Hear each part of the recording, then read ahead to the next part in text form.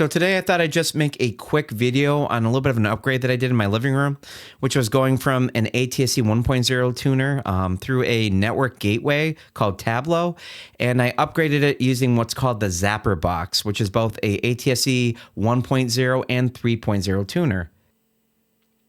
So some major differences with this new technology has to do with what's called DRM, or digital rights management, and also the fact that it uses a different audio codec that a lot of the older TVs don't use. So because of these differences, I can no longer just have a smart TV connect to my network gateway, which is my Tableau, to share the same antenna.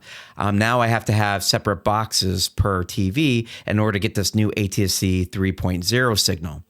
But with that said, the Zapperbox, as of hopefully about a week from now, is going to come out with a client service where you're going to have a dedicated gateway, kind of like what you see me setting up today in this video.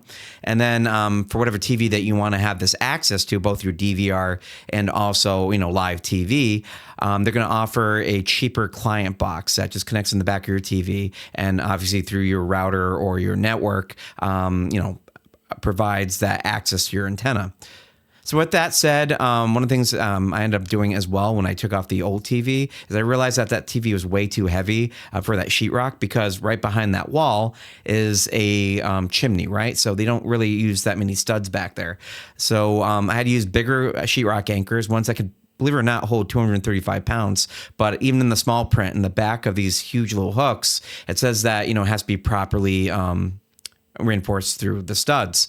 So I went from a 38-pound TV to a roughly 22-pound television, but it's not coming until a few weeks from now.